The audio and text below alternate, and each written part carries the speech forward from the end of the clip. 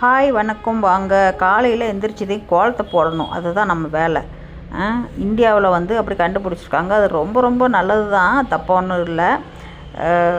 வீட்டு வாசலில் அப்படிங்கிறது சாணி தண்ணி சாணம் மாட்டு சாணம் இருக்கும்ல, அதில் போட்டு தான் போடுறனால சின்ன பிள்ளை அப்படி தான் போட்டிருக்கிறேன். வாசல் அந்த தண்ணி தொளித்து வாசலில் கூட்டி நீட்டாக பக்காவாக வச்சுருப்பேன். கொஞ்ச நாள் ஒரு 9 வயசுலேருந்து அம்மா சொல்லி கொடுத்து அந்த மாதிரி பண்ணிக்கிட்டு இருந்தேன். அதுக்கப்புறம் எனக்கு கோலம் போடுறதுக்கு ரொம்ப இன்ட்ரெஸ்ட்டாக இருக்கும், ரொம்ப ரொம்ப இன்ட்ரெஸ்ட்டு. நான் ஒரு படிக்காத கூமட்டை தான், 2வது தான் படித்தேன். இருந்தாலும் எனக்கு இந்த ஒரு இதில் ரொம்ப இன்ட்ரெஸ்ட் எனக்கு.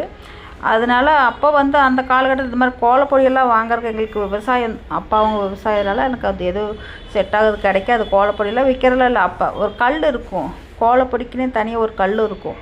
அந்த கல்லை கொட்டி அதுக்கப்புறம் சின்ன சின்னதாக பீஸாக எடுத்து அதுக்கப்புறம் நல்லா இந்த இதில் வச்சு நுணுக்குவோம்.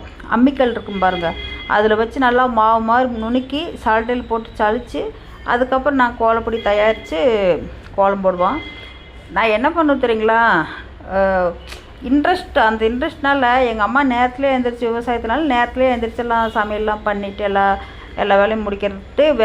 வேலைக்கு போகணும், அதனால சீக்கிரம் 4 மணி 3:30 எழுந்திரிப்பாங்க. அதே டயத்தில் நானும் என்ன பண்ணுவேன், கொஞ்சம் நேரம் அப்படி முழுப்பு வந்துடுமா எழுந்திரிச்சிட்டு அப்போவே வேகமாக போய் மாட்டு சாணம் எடுத்துகிட்டு வந்து போட்டு சாணம் எல்லாம் தொளிச்சிட்டு, பண்ணி குடிக்கலாம். என்ன பண்ணிகிட்டு இருக்கீங்க ஆள் கொய்யாலே தாங்க முடியலைங்க. அது இந்த பூனைக்குட்டி பாரு அட்டி பிச்சு போட்டுருந்தா 2 பேர்த்தையும். என்ன பண்ணிகிட்டு இருக்கீங்க? கோலப்பொடியில் எடுத்துக்கல போட்டுக்கிட்டோம். ஐயோப்பா சமாளிக்க முடியலைங்க இதில் வச்சுக்கிட்டு.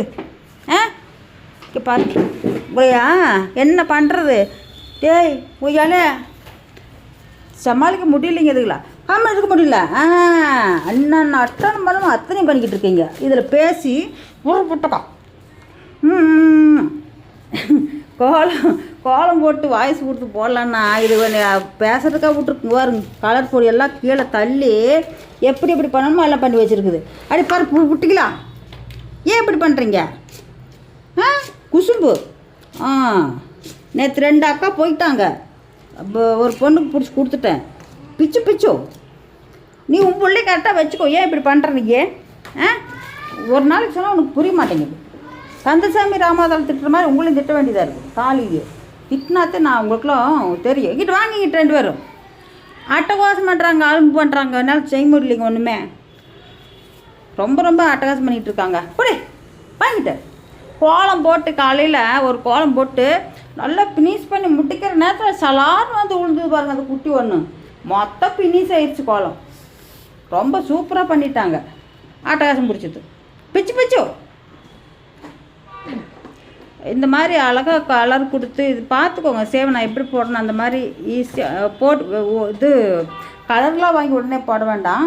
இங்கே ஒயிட்டு கோலப்பொடி இருக்கும்ல வெள்ளை கலரில், அதில் நீங்கள் போட்டாலே உங்களுக்கு நல்லா எப்படி வருது என்னன்னு பார்த்துக்கிட்டு அதுக்கப்புறம் இந்த ஃபங்க்ஷனு ஏதாவது வந்துச்சுன்னா நீங்கள் தாராளமாக கலர் வாங்கி போட்டீங்க கூட கலர் எல்லா பக்கமும் ஈஸியாக கிடைக்குது. அப்போ நான் ஒரு 93 92 அந்த வயசுலலாம் கோலம் போடணும் அப்படின்னா கலர்லாம் இப்படி இந்த மாதிரி கிடைக்காது. ஒரே நைஸாக இருக்கும். அதை போட்டு இழுக்கிறதுக்குள்ளே படணும். ஆனால் இப்போ அப்படி இல்லை, கோலப்பொடி நல்லா இதாக கொண்டு வந்திருக்காங்க. நீங்களும் போட்டு பார்த்துட்டு சொல்லுங்கள். நன்றி, வணக்கம், பாய்.